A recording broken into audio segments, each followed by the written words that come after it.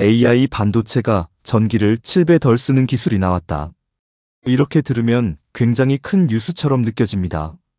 하지만 정확히 봐야 합니다. 이번 GIST와 KENTCH 공동 연구에서 확인된 것은 AI 반도체 전체 전력 사용량이 7분의 1로 줄었다는 뜻이 아닙니다. 실제로 확인된 것은 차세대 맵리스터의 평균 스위칭 전압이 8.75V에서 1.20V로 낮아졌다는 것입니다. 약 7분의 1 수준입니다. 그렇다면 왜 이 연구가 주목받는 걸까요? AI가 발전할수록 더 많은 연산이 필요하고 더 많은 전력을 사용하기 때문입니다. 앞으로 AI 반도체 경쟁에서는 성능만큼 전력 효율이 중요해질 가능성이 큽니다. 먼저 맵리스터부터 보겠습니다. 맵리스터는 전압이나 전류에 따라 저항 상태가 바뀌는 전자소자입니다. 쉽게 말하면 전기가 어떻게 흘렀는지에 따라 상태가 달라지고 그 상태를 이용해 정보를 저장하거나 처리할 수 있습니다. 이런 특성 때문에 사람의 뇌처럼 정보를 처리하는 뉴로모픽 반도체 후보 기술로 연구되고 있습니다. 그런데 기존 맵리스터에는 한 가지 문제가 있었습니다. 전류가 흐르는 미세한 길이 작동할 때마다 다른 위치에 생길 수 있다는 점입니다. 쉽게 말하면 전기가 지나가는 길이 매번 달라질 수 있다는 것입니다. 그러면 같은 방식으로 만든 소자라도 동작 특성이 일정하지 않을 수 있습니다. GIST와 KENTCH 연구팀은 이 문제를 해결하기 위해 약 10나노미터 크기의 산화 코발트 단결정 나노입자를 규칙적으로 배열했습니다. 그리고 나노입자 사이에 아주 작은 틈을 만들었습니다. 전류가 아무 곳으로나 흐르는 대신 미리 만들어진 나노 구조를 따라 흐르도록 설계한 것입니다. 쉽게 말하면 전기가 지나갈 길을 어느 정도 정해준 셈입니다. 이번 연구의 핵심 숫자는 두 개입니다. 8.75V와 1.20V입니다. 연구팀이 나노입자 사이 간격을 약 3나노미터에서 1나노미터로 줄였을 때 평균 스위칭 전압이 8.75V에서 1.20V로 낮아졌습니다. 약 7분의 1 수준입니다. 또 약 10나노암페어 수준이 낮은 전류에서도 소자가 작동했습니다. 100회 연속 측정에서도 스위칭 전압 변동 계수가 9% 미만으로 나타났습니다. 즉, 낮은 전압과 낮은 전류에서도 비교적 안정적인 작동 특성을 확인한 것입니다. 여기서 가장 중요한 부분입니다. 전압이 7분의 1로 낮아졌다고 해서 전체 전력 소비도 무조건 7분의 1로 줄어드는 것은 아닙니다. 전력 사용량은 전압만으로 결정되지 않습니다.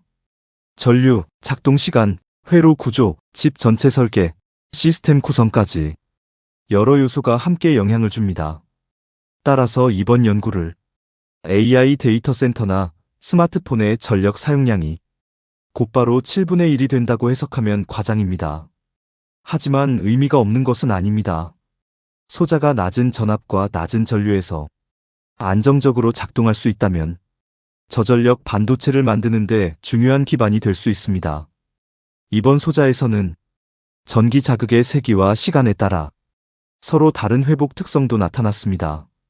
빠르게 원래 상태로 돌아오는 반응이 있고 비교적 느리게 회복되는 반응도 있었습니다. 이런 특성은 시간에 따라 변하는 신호를 처리하는 뉴로모픽 정보 처리에 활용될 가능성이 있습니다. 사람의 뇌도 모든 정보를 똑같이 기억하지 않습니다. 잠깐 기억하는 정보가 있고 오랫동안 유지되는 정보가 있습니다. 이런 시간 특성을 전자소자에서 구현하려는 것이 뉴로모픽 연구의 중요한 방향 중 하나입니다. 그렇다면 이 기술이 곧바로 AI 서버나 스마트폰에 들어갈까요? 아직은 아닙니다. 현재는 연구 단계입니다. 실제 상용화를 위해서는 대량 생산이 가능한지, 오랫동안 사용해도 성능이 유지되는지, 기존 반도체 공정과 결합할 수 있는지, 생산 비용이 적절한지, 수많은 소자를 집적했을 때도 같은 특성이 유지되는지를 추가로 확인해야 합니다. 즉, 이번 연구는 상용 제품의 완성이 아니라 가능성을 보여준 단계로 보는 것이 맞습니다. 오늘 내용을 정리하겠습니다. 첫째, GIST와 KENTCH 연구팀이 차세대 저전력 AI 반도체에 활용할 수 있는 휘발성 맵리스터를 개발했습니다. 둘째, 나노 입자를 규칙적으로 배열해 전류가 흐르는 경로를 보다 일정하게 만들었습니다.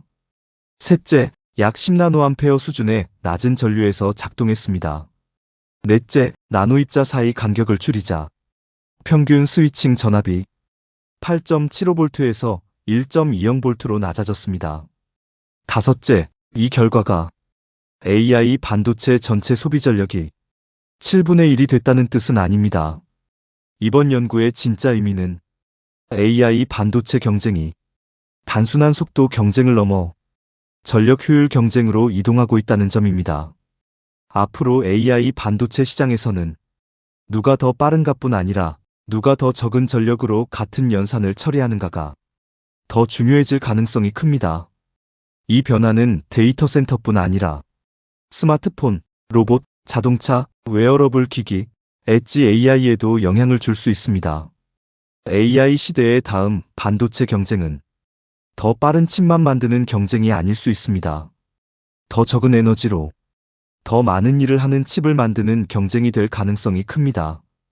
AI 인사이트 연구소에서는 챗GPT, 생성형 AI, AI 반도체, 업무 자동화와 최신 AI 기술을 누구나 이해할 수 있도록 쉽게 설명합니다.